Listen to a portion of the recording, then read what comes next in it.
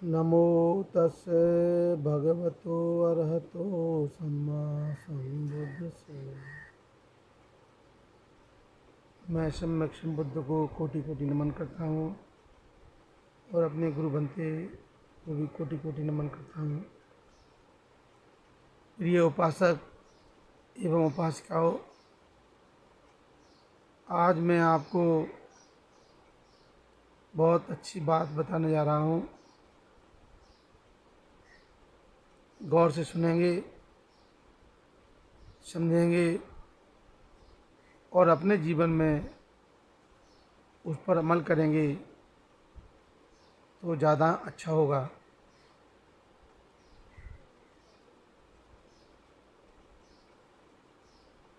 बुद्धि के स्तर पर समझना एक बात है और बुद्धि के स्तर पर समझ करके उसके अनुसार जीवन जीना दूसरी बात है। इसीलिए बुद्धि के स्तर पर भी समझते रहें और जीवन जीने की दिशा में भी काम करते रहें। बड़ा फल मिलता है, बड़ा लाभ होता है। भगवान सम्यक संबुद्ध ने जीवन जगत की बहुत सारी सच्चाइयों को उजागर किया है और दुनिया को उन सच्चाइयों के बारे में रूबरू करवाया है।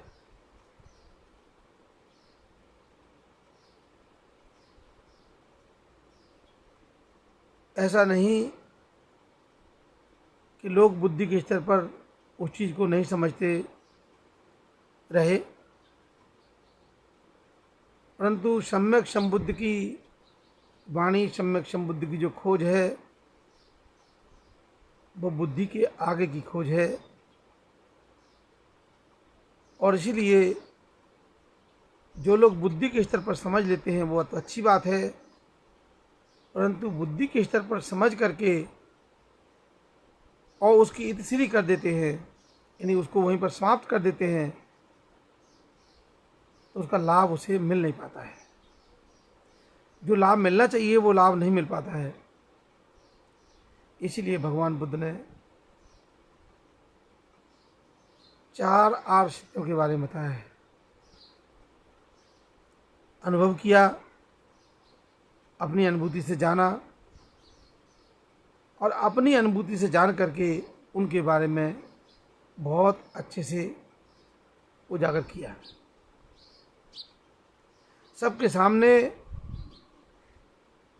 उसको बेपर्दा किया, सबके सामने उन्होंने उसे जैसे कोई ढके को उघाड़ देता है वैसे भगवान बुद्ध ने काम किया। 4 आर्य सत्य क्या है आप लोग जानते हैं अच्छे से, परंतु उनकी सच्चाई जो है उसको आज जानेंगे। 4 आर्य सत्य क्या है? दुख सत्य और दुख आर्य सत्य, दोनों में बड़ा बुनियादी फर्क है। तो पहला है दुख सत्य, दूसरा है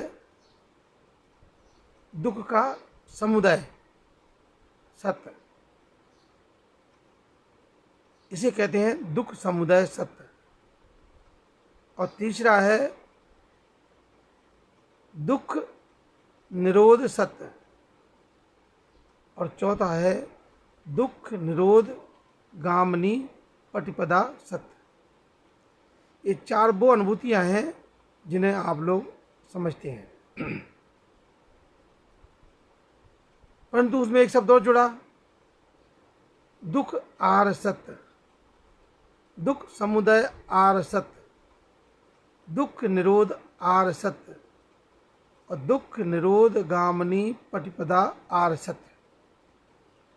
ये आर शब्द और जुड़ गया। आज से 2500 वर्ष पहले आर शब्द का इस्तेमाल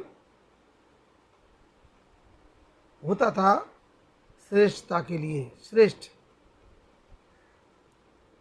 के लिए होता था। आर मन श्रेष्ठ। तो भगवान बुद्ध ने आर शब्द जोड़ा, चार सत्य में चार आर सत्य जोड़ा। तो आर क्यों जोड़ा?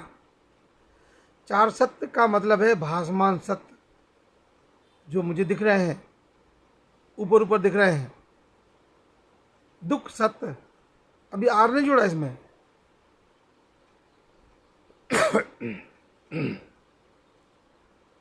तो दुख सत्य का मतलब है जो मुझे दिख रहा है। जैसे कोई पेड़ है,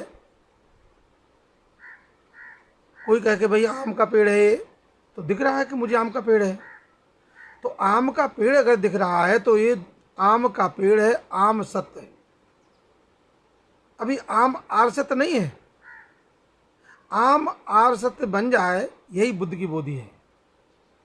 और आम आर सत्य बनेगा तब जब उसको हम जो जड़ है वहां तक पहुंच जाए, और जड़ के अंतिम सिरे तक पहुंच जाए। तो जड़ के अंतिम सिरे तक पहुंच जाएंगे, इन जमीन के नीचे जब पहुंच जाएंगे, तो हम समझेंगे कि हमने नीम को पूरी तरह से जान लिया। अभी हमने नीम को जाना, नीम सत्य के रूप में, दुख सत्य के रूप में जाना कि दुख सत्य है, ये जाना हमने। पर दुख आर सत्य है, यानी दुख की जड़ तक जाना, दुख की उस गहराई तक पहुंच जाना, वो दुख आर सत्य बन जाता है। वही दुख जो परमत सत्य था, जो मुझे ऊपर ऊपर दिख रहा था, वो आगे चल करके दुख आर सत्य बन गया। तो जिस समय दुख आर सत्य बन जाएगा, तो ही आप दुखों से बाहर आ सकते हैं। दुख को यदि हमने आर सत्य नहीं बनाया, उसी प्रकार से दुख समुदय, दुख आता है तो उसका उदय भी साथ में होता है, कारण भी साथ में आता है, उसका कारण भी साथ में आता है। दुख है तो उसका कारण है, वो साथ में आता है। समुदय माने कारण, उसका उदय साथ में ही होता है। बिना कारण के कोई चीज नहीं होती है। इसलिए यहां पर कार्य कारण का सिद्धांत है। बिना कारण तो पत्ता भी नहीं हिलता। हवा चलती है तो पत्ता हिलता है, हवा दिखती है नहीं दिखती, लेकिन पत्ता हिल रहा है, इस बात का प्रमाण है कि हवा चल रही है। तो पत्ता हिलना ही प्रमाण है। उसी प्रकार से दुख आर सत्य बन जाए तो समझो हमने दुख की गर्दन पकड़ लिया, और अब हम दुख से बाहर आ सकते हैं। तो क्या है? तो भगवान आगे बोलते हैं, दुख सत्य तो दिखता है, लेकिन दुख आर सत्य क्या है? जाति भी दुखा, जन्म दुख है। लोग खुशियां मनाते हैं, लेकिन बुद्ध क्या कहते हैं? जन्म दुख है।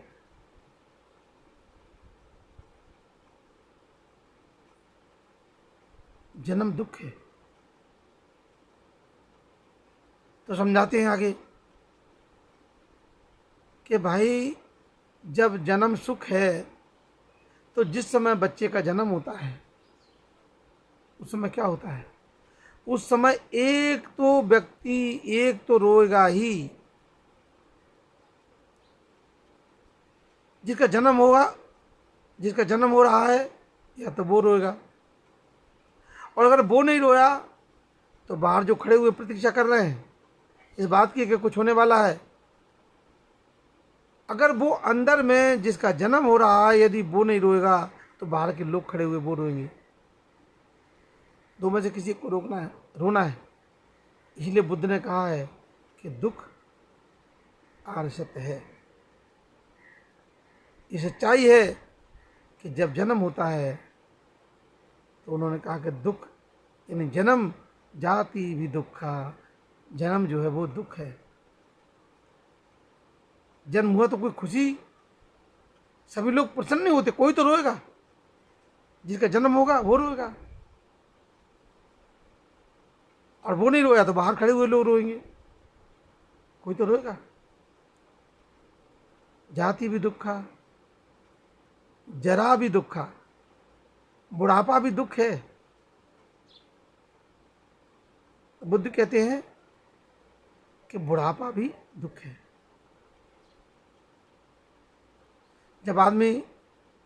जब बच्चा पैदा होता है, जवान होता है, अच्छा है, लेकिन जैसे जैसे बुढ़ापा आएगा दुख स्पष्ट होने लगता है। हालांकि दुख तो पूरे जीवन में ही है, लेकिन दुख की स्पष्टता और भी होने लगती है जब बुढ़ापा आता है। तो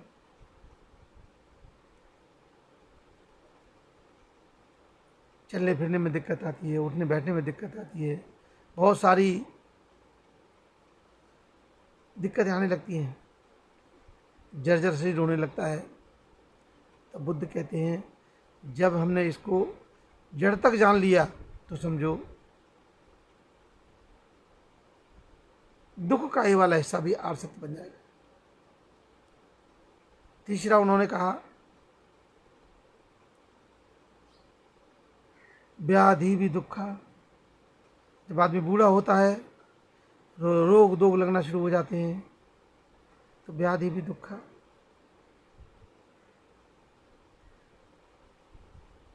दुनिया भर की बीमारियां लगना शुरू हो जाती हैं, और जब बीमारियां लगना शुरू हो जाती हैं तो वो भी एक दुख है, उसको भी तो आदमी भोगता है। तो चौथा बताया उन्होंने मरण भी दुखा। बहुत दुखद होता है मरना। कौन मरना चाहता है? किसी से पूछो कि हाँ भाई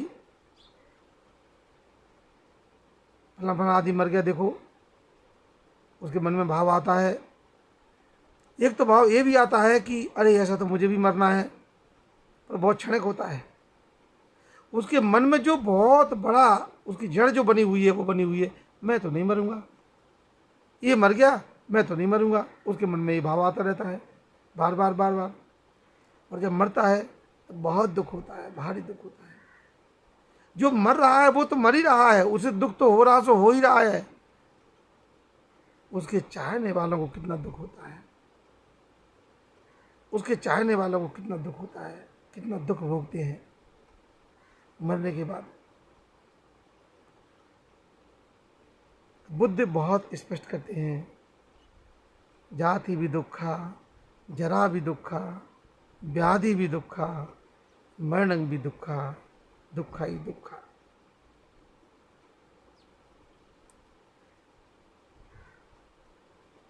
यम पिंची न लभती तम पी दुखं। पांचवी बात बोलते हैं वो कि मेरे मन मुताबिक यदि कोई काम नहीं हुआ, मेरी इच्छाओं के हिसाब से कोई काम नहीं हुआ, भारी दुख आता है, बहुत दुख होता है। यम पिंची न लभती तम पी दुखं। मेरी इच्छाओं के अनुरूप कोई काम नहीं हुआ, बहुत दुख आता है।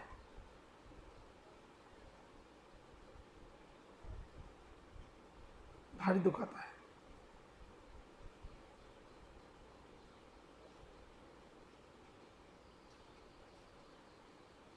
इसीलिए ये समझते रहना बहुत जरूरी है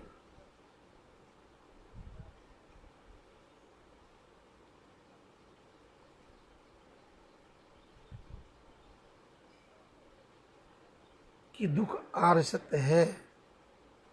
दुख को अपनी अनुभूति पर समझते रहें, दुख को अपनी अनुभूति पर जानते रहें।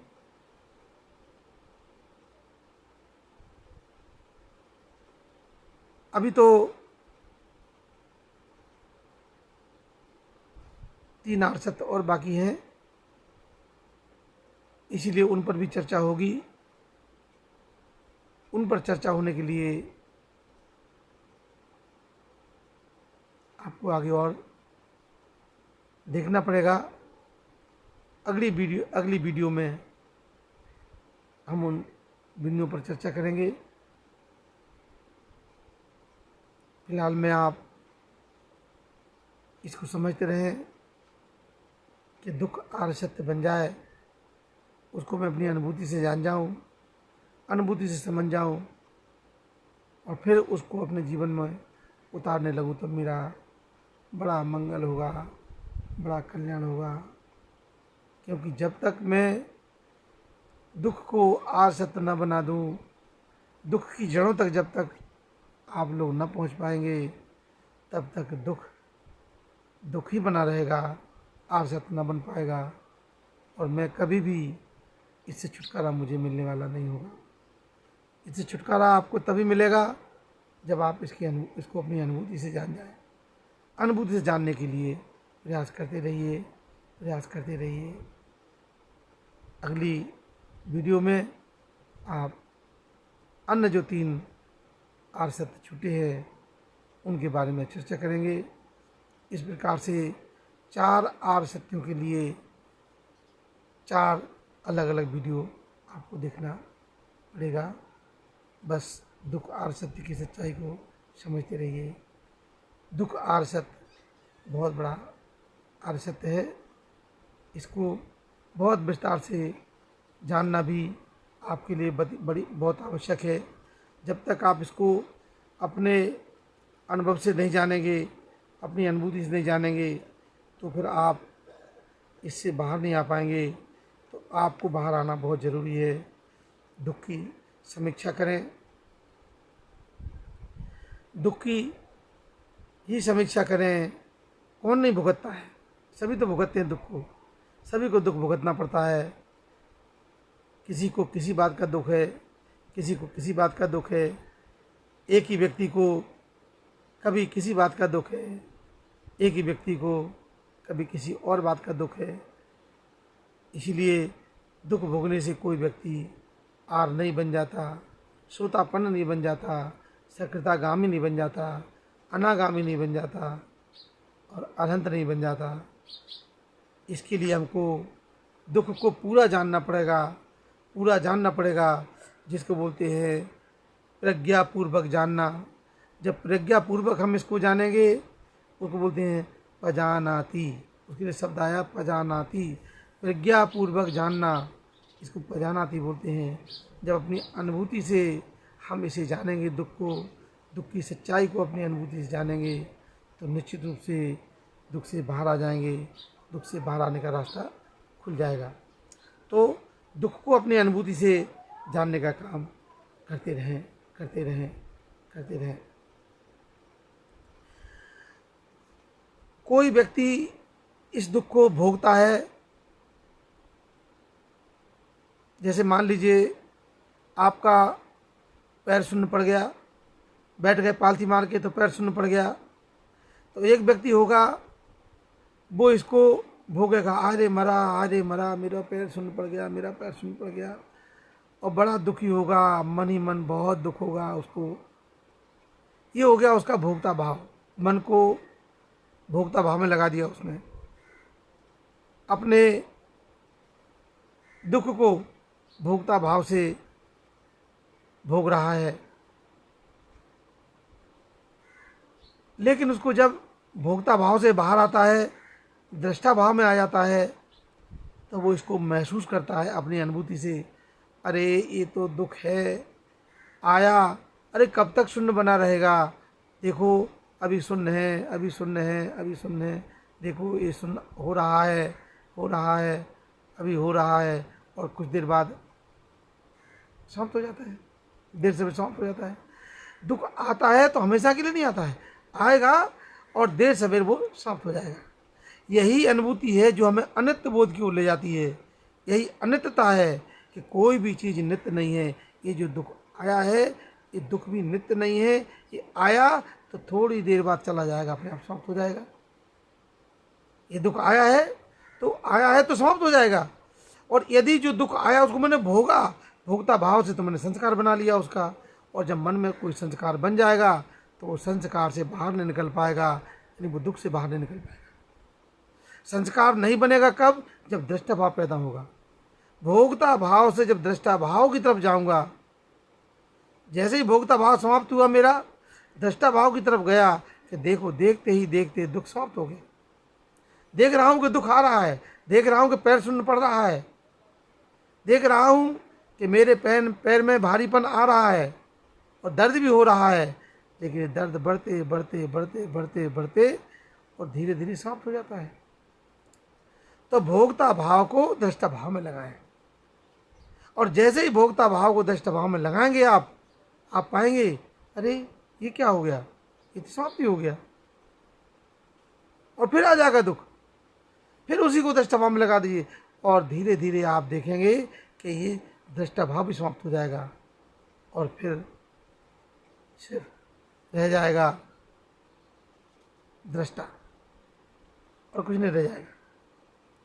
इसीलिए आपको भोक्ता भाव से बाहर आना है, और भोक्ता भाव से बाहर आकर के ही आप ये तमाम जो स्टेज है हमारी, श्रोतापन, सकृदागामी, अनागामी, अनंत, बुद्ध बनने का रास्ता साफ होता है। इसलिए दुख को भोक्ता भाव से ना भोगे, दृष्टा भाव में ले जाए, बहुत मंगल होगा, बहुत कल्याण होगा, बहुत कल्याण होगा, बहुत कल्याण होगा। आप सबका मंगल हो, सबका कल्याण हो। यहाँ पर आप देशना सुन रहे हैं, जो लोग इस देशना को सुन रहे हैं, जो लोग इस देशना को समझ रहे हैं, वो लोग अपने भोक्ता भाव से बाहर निकलें और इस दुख पर विजय पालें, दुख को जड़ से नष्ट करने का, जड़ से समाप्त करने का रास्ता खोलें। सबका मंगल हो, सबका कल्याण हो, सबकी दीर्घायु हो, सबकी स्वस्थ मुक्ति हो। साधु साधु साधु।